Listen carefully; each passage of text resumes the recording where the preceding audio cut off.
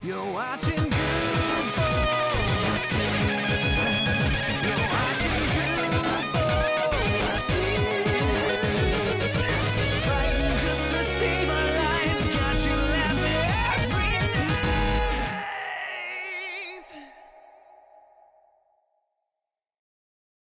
night. Welcome back, everyone. Welcome back. You bought any Girl Scouts in your in the last week? Have I bought any Girl Scouts? God damn it, No. cookies, Girl No, Scout that's cookies. not something that Girl I do Scout on a regular basis. Cookies is an important word.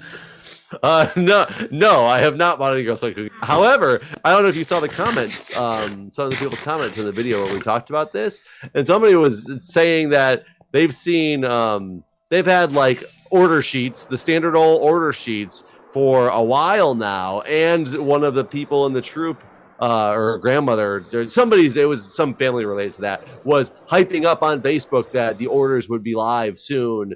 You'd be able to order Girl Scout cookies again, like long before we were talking about how you're not allowed to do that. You're not allowed to order. You're not allowed to place the order. You will be able to order them soon, just like Grandma said. How can you place an order if it's not even like you're not placing an order? What do you mean? You can't place an order early because the Girl Scouts are the only people who can actually place the order.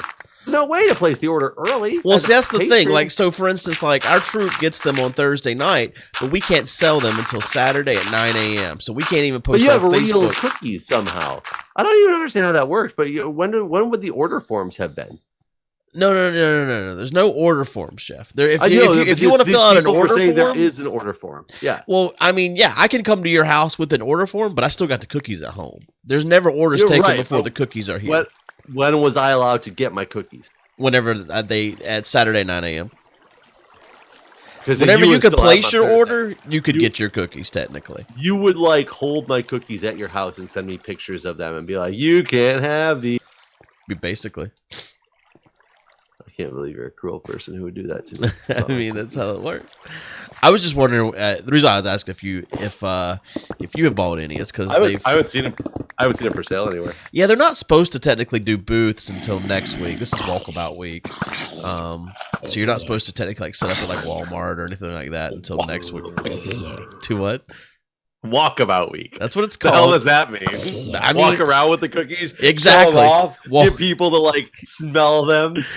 This is the week where the Girl Scouts are supposed to go like door to door and like ring doorbells. You're like, haha, we have cookies. No, they sell them to you. They have the cookies and they'll sell them to you. They're just not supposed to have big booths at like major places, like corporations or whatever, until next week. Like we did a booth, but you can only do them in like privately owned places. So like we did a booth at the little convenience store up the road from us, but it's privately owned, so that's not considered like a legit booth. It's still part of Walkabout Week, as it's called. I was just wondering what the price was there, because come to find out, and I may have said this. I thought they were standard prices. That's what I thought. Well, they started transitioning the price based on region this year. So depending on where you live, So us DC people get fucked again. you might. I have a feeling they're probably $5 a box in DC. They're $4 a box still here, but a lot of places they're going up to $5. And I bet next They're year, getting the low income cookies. yeah, exactly. Section 8 cookies.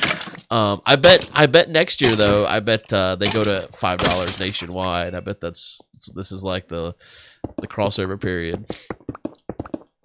Yeah, I didn't know that they could even try to sell them for. I'll keep you posted when the first person I see that's actually selling some, because I've not seen any for sale yet. I've not seen any order forms this year. Back when I worked in the ICU, I feel like I saw a lot of people would bring in their kids' order forms and hang them on our. Yeah, like see, that's nurses the board or purpose of the whatever. order form. Like the parents, they have the cookies. Like they're putting that order form out, but they got the cookies or their troop has the cookies. But someone has the cookies. When you're seeing that order form, it's just a matter of like ease of finding out who wants what sort of thing, and then they're gonna get them to you. I will tell you, when my mother was one of the co-leads of the Girl Scout troop in our area, when my sister was in Girl Scouts, we always used to be the ones that have to go pick up all the cookies that were ordered from all the girls in the troop, and we'd sort them out at the house, and then they'd go deliver them based on the order forms. And I remember it wasn't until like one year, I think there was a mistake that happened in the order, and we had a couple extra boxes of cookies And so they sold them somewhere and realized that people wanted to purchase them after the order forms came out. And the next year, this was not like an officially sanctioned thing, but it wasn't like against the rules either. I just don't think there was rules about it at the time. They started ordering extra boxes and setting up booths at the local stores to sell them. But that was not like the normal expectation. That was not how it worked. Yeah, I remember that too. Like, I remember when I was a kid that whenever Girl Scout cookies came around, it was one of those, exactly what you're saying. Like, what cookies do you want? All right, you'll get them in 3 weeks, sort of thing. Like, Yeah. You didn't, yeah. But yeah, at some point, it became a pyramid scheme where you have to pre-buy all the cookies and you better figure out how you're getting rid of all of them. They call them MLM schemes now. Oh, yeah. Actually, yeah, they do. That is, that is actually in the Girl Scouts handbook. MLM? Yeah, it's multi-level marketing. Wait, what? Multi-level marketing is what it stands for, right? It says in the Girl Scout handbook it's a multi-level marketing? Yeah. I'm pretty sure But I'm they're reading those illegal, words. aren't they? Maybe I'm remembering it wrong, but because It probably says somewhere that it probably says this is not an MLM, and if anybody specify why they're not an MLM, they are. They completely are an MLM. One of my friends does like LuLaRoe. She constantly is selling stuff. That's going downhill so fast. Like oh yeah, absolutely. She's amazingly making decent money for her, and she's Nice. been increasing her sales and stuff ever. The last couple like months have gone up like pretty significantly. But I constantly am on the phone with her, and she's always laughing because I'm explaining to her how it's an MLM, and she keeps telling me why the company says it's not an MLM, and I'm like, you realize if they have to put out statements like that. It's because they are an MLM. And she's like, well, but they were under suspicion of being one before, so they changed their practices. So they actually were completely an MLM before, and now they've somehow changed enough stuff where they found a loophole where they, at this particular moment, aren't being seeked out by federal agencies as being an MLM, but they completely are an MLM. Yeah, there's no question about LuLaRoe 100% MLM. And I tell her, like, if you're making money at it, good for you. More power to you. But you also realize you're making money for people above you as well. Like, the more work you do, the more money they're getting paid too when they're sitting back and doing nothing. Oh yeah, but they can't collect it unless they still sell a certain number of product. They can't collect their commission. So I'm like, so if they don't collect their commission from you because they don't sell enough, that just goes right back to the people at the very top then, right? So how is this not an MLM? It's not like they don't get their commission, so it comes to you because they didn't make their mark to get that commission. It goes to somebody that's not you. You earned it. No. They just give that money to charity, Jeff. Oh, of course. I'm sure they do. No, yeah, if you're making money with it, more power to you. Like, be happy, make money if you enjoy this lifestyle, but just know what you're in. That's all I'm saying.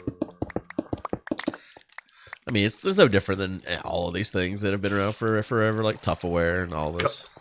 Cutco, candle companies. Yeah.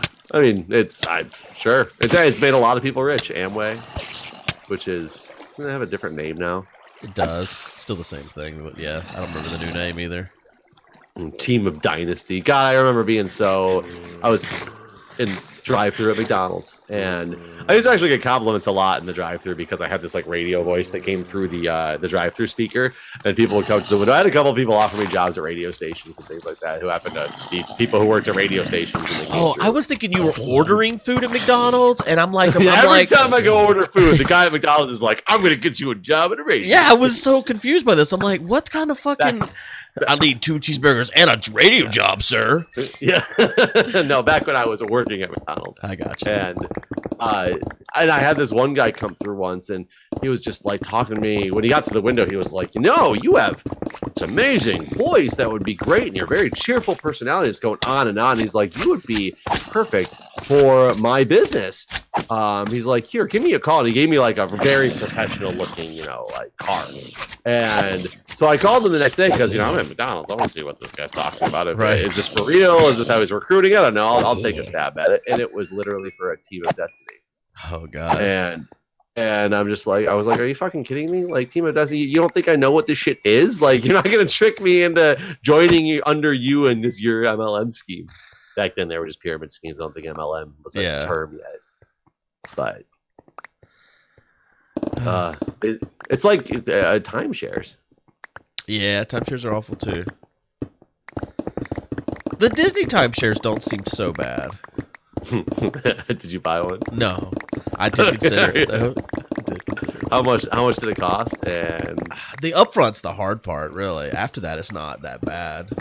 You're gonna spend annually about what you do to go to Disney, anyways. In terms of like your room cost, but the upfront was, I think the upfront was like 50,000.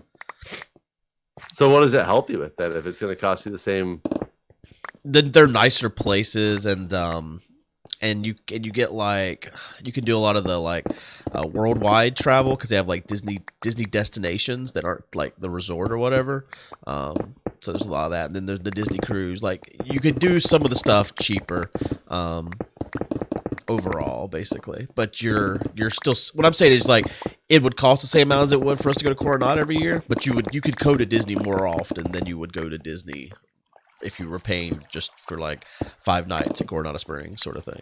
Like you could do probably like 10 to 15 days at Disney, and you could do like I said, one of these cruises or whatever. You basically, it is cheaper if you can afford, and you actually are going to Disney enough to justify the cost. I do have this buddy who apparently bought a timeshare when he just turned 52, I think, and he bought a timeshare when he was like in his early 20s as this investment, and it happens to be one of these timeshare companies that you can like trade your timeshare for like different value to other people, and like you still own that same timeshare, but if you're not going to use it during the year, you can trade it in for like credit to other timeshares.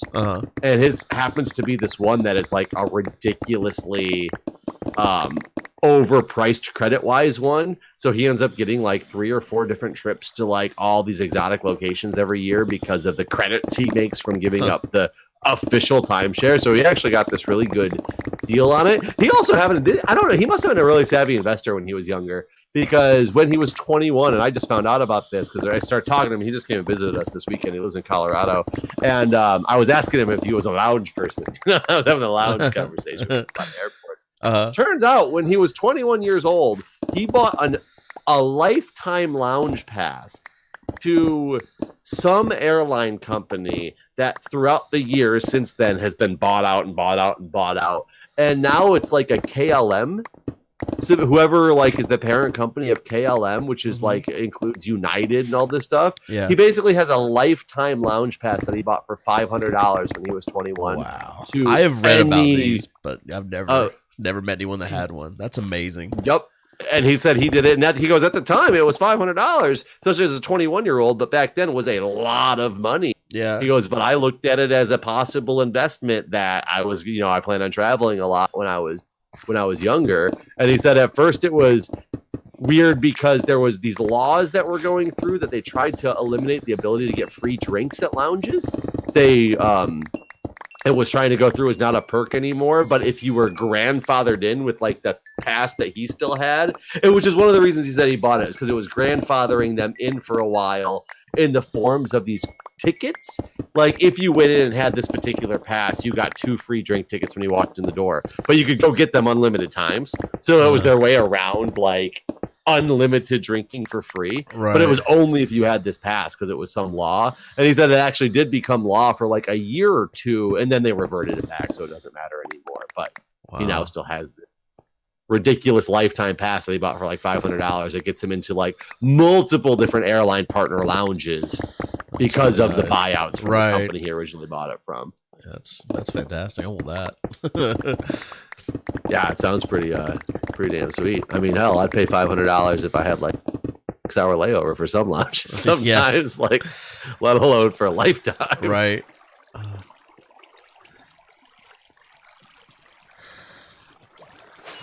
I don't know if I'm gonna even buy lounge access this year, because I think the only flight I'm gonna take is gonna be to. I mean, if you only fly Delta anyway, you can still pay your way to the Delta lounge for like $30, right? I think if you're, I think it's 50 if you don't have like when I bring you in, it's 30, but I think that's because I'm bringing you in.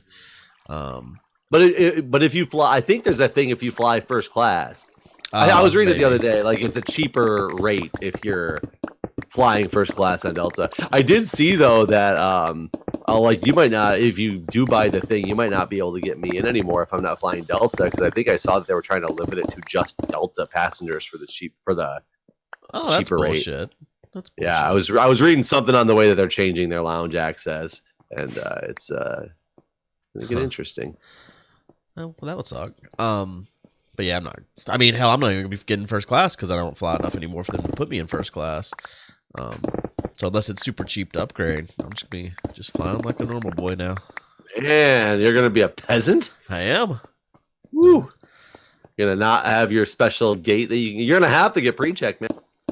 Shit, if there's even a TSA anymore. Oh, that's true. It's so funny that we talked about that because you see what's happening. TSA agents calling in sick or walking out on the job because they are sick or working without pay. Yeah, like just yesterday, the line for TSA at Atlanta was like 4 hours long. Yeah, I mean, what are they? It's so.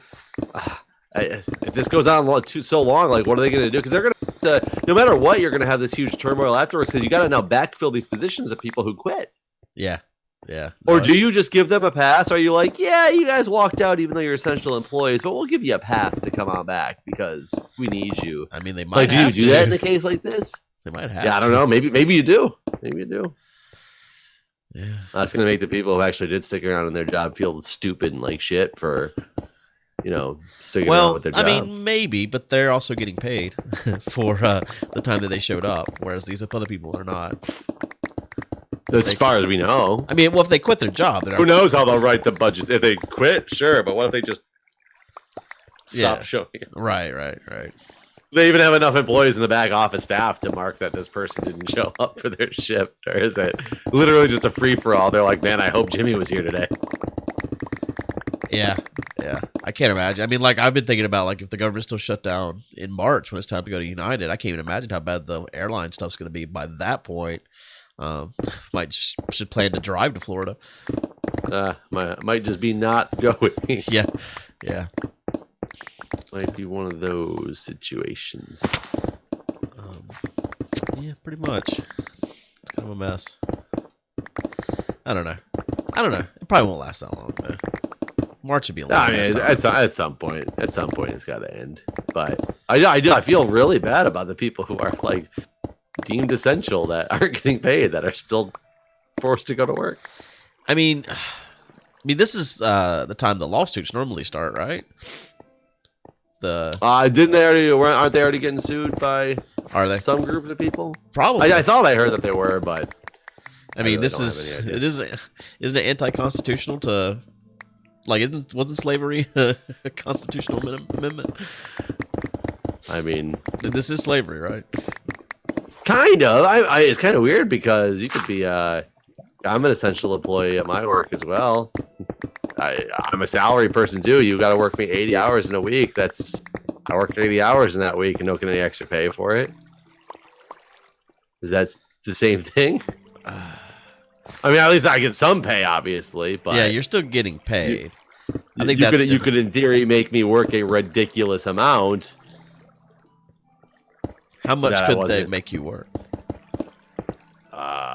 Is there a limit? I don't know. I know as a nurse, like doing patient care nurse, you're limited to 16 hours a day and a max of 60 hours a week, which is weird because it's like a Sunday to Saturday week. It's not a 7-day week. So we've had cases where people have been scheduled to work more than 60 hours in a 7-day period, but it's okay because it's not Sunday to Saturday, like when the week starts and ends. Right, which is weird in itself. But as a manager now, no. I don't think that there's a... Yeah, I'm not actually sure. I mean, granted, I'm hoping I've never had to get put in that situation. I've had to work some busy weeks before. I know when we had the malware attack, I probably put in like 80 hours that week, even though we were back up and running in just a couple of days. There was a lot of turmoil that you had to like come back from. But it was, at least 80 hours that week, and didn't think too much of it because it doesn't happen often. Right. But if it's stretched on for like a month, I might be like, something needs to get here. Yeah, I mean, I like the TSA agents are the pretty much the number one that I keep thinking about. That like they didn't get paid enough already to really have a savings to deal with this sort of thing. So like they're the ones that really got to find another job pretty soon here. Like at this point, I don't know who is still showing up TSA wise and just being like, this is fine. What do you need to be a TSA agent? Do you know the qualifications for it? I don't. Do you? I'm curious if is it even a degree requiring field? Let's see what Google has to say on the subject. Apparently, it's not a pay requiring field. So, let's see. Yeah, you don't need money to be a TSA agent. You don't need money. You just got to be a body. I'm gonna see how well this gold farm works now. Considering we're on a different. Let's see. In order to apply for a TSA agent, you must hold a few basic requirements. TSA agents must have at least a high school diploma or GED. In addition, in order to apply, you must have at least 1 year of experience as a security officer or X-ray technician. That's all the requirements. Really? Yes. I didn't know you needed a year of experience as now, and it makes me security officer or X-ray technician. Are they meaning? I know what they're doing is because TSA screening, you're looking at X-rays of like bags of. Do they really accept the medical X-ray technician as the equivalency of a security? I guess so. That's the weirdest things to combine together and say you need either a year of a security officer or a year as an X-ray tech. And I wonder if they like if your job is different. Like if you're the guy that came in from you worked at the dentist or whatever. Then are you the one behind the monitor right. versus the guy? Yeah, that's what I think. I mean, it's just you either need a year as a doctor or a year as a server. Right. You'll take either one. Yeah, it's a little weird. I'll agree. A year as a bingo caller or a year as a rocket scientist. Are you're not here, right? You're in the nether. I'm in the nether. It is very nice that you can just leap and immediately start flying now. Yeah, it's kind of it's a whole different world, man. Oh new world. I will say that there's not nearly as many. Nobody else is on, are they? No. There's not nearly as many. Do you think there was a server update? No. Because there's not as many pigmen in here at all. It's still pretty fast, but it's not a ridiculousness that it has been in the past. I wonder why. Because no, it's the same version of Minecraft and everything.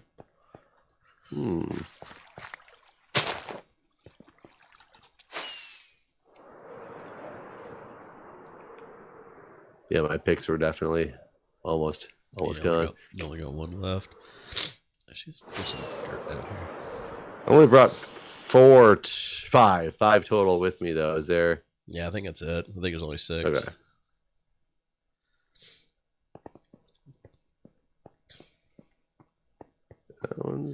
In the past, whenever they ended the shutdowns, like the employees, they didn't get like suddenly like extra pay or anything, right? They just got the pay they were owed, right? Yeah, I'm pretty sure that they just got to pay their owed. Okay. I would hope they wouldn't get just like extra pay. I mean, I didn't know if they got like something to, because I mean, like if you don't pay your mortgage, there's fines and shit. Like it's likely that these people are racking up additional expenses that they wouldn't have had they been getting a paycheck. Well, right. I was just actually talking to Julie about this because they're trying to pass the bill right now that says that they are going to get their back pay when the shutdown ends. And a couple of reasons that they're doing this is, for one, especially for your essential employees, they need to know that they have a reason to still be going into work, that they will eventually get this pay that they have to work for. Maybe. For the people who aren't working, part of it is to prove to like credit. They'll have a bargaining chip with their creditors of, look, I'm furloughed. However, the bill has passed. I will be getting my money. Give us a delay to get this payment in, right, or whatever. So I agree with all of that stuff, and it hasn't gone through yet, as far as I know. I guess it hasn't been signed either by Trump or by all parties. I can't remember like what it's rating on at this point. But Where I disagree with this is I think it kind of, when you already know that this back pay is a signed off deal, it removes one of the critical bargaining points for getting the shutdown to end. I mean, kind of. So now you allow people to want to potentially delay a shutdown. If you were a person who was furloughed from your job and you knew they just signed a bill, like, and you're sitting there screaming like, no, open the government, no, money, I'm going to get paid, I need money. And they're like, oh, by the way, we're going to give you back pay no matter how long this thing lasts. We just wrote a bill for it. And you have enough money to pay your creditors currently. Let's say you have like a little stockpile that you could sit on for like 6 months. Wouldn't you then be like, fuck yeah, vacation? Sure. Yeah. If I had the money to not starve, then yeah, I agree. But that was going to be my argument, was that most people don't have enough money to live more than a few weeks. And right. And that's why I'm okay with it being established that these people are going to get their back pay. But I'm at the same time, I don't want it to be so set in stone before we're even anywhere close in talks, because I think it takes away part of the fire that people have to push the talks on. Is part of it is to make sure people have money. Right. And, it's just, I don't know. It's one of those weird bargaining chip situations where I don't want it to be lost on. I think it's weird that if you're going to agree to pay these people, why don't you pay them now? Yeah, bring them back to the government, pay them now, let them start working while you're working on the show. Yeah, if you're already agreeing to pay them, isn't that part of the budget that you claim you don't have and that's why they can't work? Yeah. Yeah. So you're right. It's almost like an IOU. You already know. It's like a loan from the bank, essentially. Yeah, it's silly. I never even thought about it that way. And that should be the first way that I thought about it, because that's the only way that really even makes sense. You agree to pay for them. So therefore, if you know you're going to pay them, have them work. Yeah. Have them do the shit they're supposed to do. I don't know. The whole government shutdown thing is just silly. I'm really curious to see how long it's going to go. He's already made it to, now that it's been crossed the longest in history standpoint. I'm curious to see if there's going to be a reason to try to stop it. I mean, if we're holding out for this wall, it may never end unless we get him out of office. God, what do you do? Like 6 years from now, do we just start new government agencies to take over the ones that don't have a budget? I mean, and do those people get paid forever if this bill gets signed? I mean, one of the spokespeople did say that that they don't want that. There's some agencies they don't want to still exist anyways, so maybe they just won't come back, and they're hoping for it basically. So I guess there are people out there that would be fine if they just didn't come back. Can you imagine though if they just signed a bill that said once they come up with a budget that you will get paid, but they never come up with a budget for? Well, that's the thing too. Like they completely disband it. Right. The thing is, then you just hold out. Then you hold out and hope that in like 20 years they randomly open up a new agency that they call the same thing and got confused. So all of a sudden it entitles you to 20 years of back pay. That'd be funny. That'd be like a retirement nest egg right there. Like, really, they don't need Trump to even reopen the government anyways. They can override him. It's just a matter of when the Republicans are willing to do that. Right. Or when the Democrats are willing to give into the border wall. Well, if they give in the border wall, then you don't have to override Trump. But right. Yeah. There's ways it could end on, but both sides can hold it basically hostage on either way. Yeah. I don't know. Like, I feel like, 50 years ago, 60 years ago, people were more apt to protest about things. I don't feel like there's a lot of protesting happening anymore. I think people in DC are protested out. Yeah. There's been a lot of protests since I've been here, and there's been less and less. It's kind of funny. There's been less and less protests the more fucked up things have gotten. Huh. That's interesting. At least less that I've heard about. Maybe there is like a bunch of them actually going on that I just don't know about, but I think it's because people are just so protested out. I mean, I can see that. So many marches, so many things to protest, so many stupid things happening that people are like, fuck it. Yeah. I don't even give a fuck anymore. Whatever. Yeah. Like the government is either here or is not. Doesn't really matter. I mean, I don't know. I guess like if something comes about from the whole Russian investigation like that'll change everything, right? Ooh, I almost just missed that slime platform. Definitely done you that. One time. I caught the edge of it. Oh man. What if it? So let's say everything that Trump's been accused of is true, and I mean, if it's not, it's kind of weird that everyone that was surrounded him was colluding with the Russians. So it's kind of weird. He's the one guy who's like, wait a minute. All my friends were doing this terrible thing, and I was the only innocent one. Yeah, I mean that would be so. Like these are the options. The options are Trump is guilty of treason and he has colluded with the Russians, or Trump is innocent and has not colluded with the Russians, but everyone else on his campaign did, which would make him probably the dumbest person to manage a campaign in history, right? The most oblivious, and I would have to say, some would argue the smartest.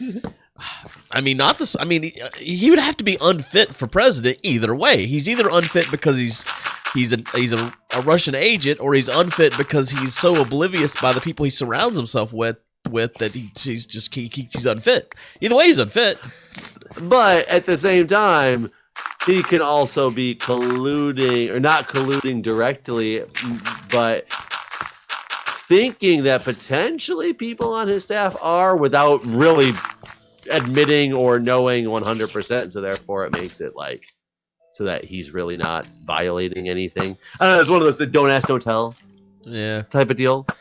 I mean, that's why I'm saying could be the smartest, because he's getting away with the bad thing while not technically doing anything wrong. Whenever he was on the campaign trail, and I'm sure you remember this part. He's on the campaign trail and he says at a rally, "Russia, if you're listening, please hack Hillary Clinton." Yes. Is that not enough? Like, is that not like? I mean, he asked Russia to directly affect the election. No, didn't he ask China too? He may have. But he definitely asked Russia. I thought he asked China. No. I can find the clip and show you. I just happened to see it yesterday. I could have sworn it. I mean, he may have asked China as well, but he definitely asked Russia as well. So he may have asked China as well. I don't know. So I mean, it wouldn't surprise me if he asked both. I mean, that's still no better. I don't know. Right. I just like, to me, like, isn't that kind of like asking for a foreign agent to interfere in the elections? I mean, that was just a mere suggestion of what he would think that they would do if given the situation. Not that he would want them to do that. Right. I mean, he did ask them, though. He did specifically ask them. Indirectly to do it. Gotcha. Okay. All right. Wait, unless I'm thinking of a different clip. Because the clip that I saw, he basically insinuated that that's what they should do. He didn't say, "Will you please do this?" So maybe there's a different clip that I don't know about. I'd have to look at it again, even though I did just look at it yesterday, just to see exactly what his wording was. So maybe I'm wrong. I thought it went, "Russia, if you're listening, please hack Hillary Clinton's emails." I mean, I'd love to see that clip, because it's not the one that I quite recall. But wow, well, we are getting so close, and we're out of time. And we're out of time. Yeah. I'm like, it looks so good from up here. Where you at? Over directly above on the wall. Can you see me? Yeah. Oh yeah. I started going up and then I just stopped going up all of a sudden. Yeah. No, yeah, we're very close. Yeah, it is getting there. Like, it's really getting there. We'll have to move the beacon one more time, I think. Yeah, I agree. All right. Well, thanks for watching, everybody. All right, guys. See you.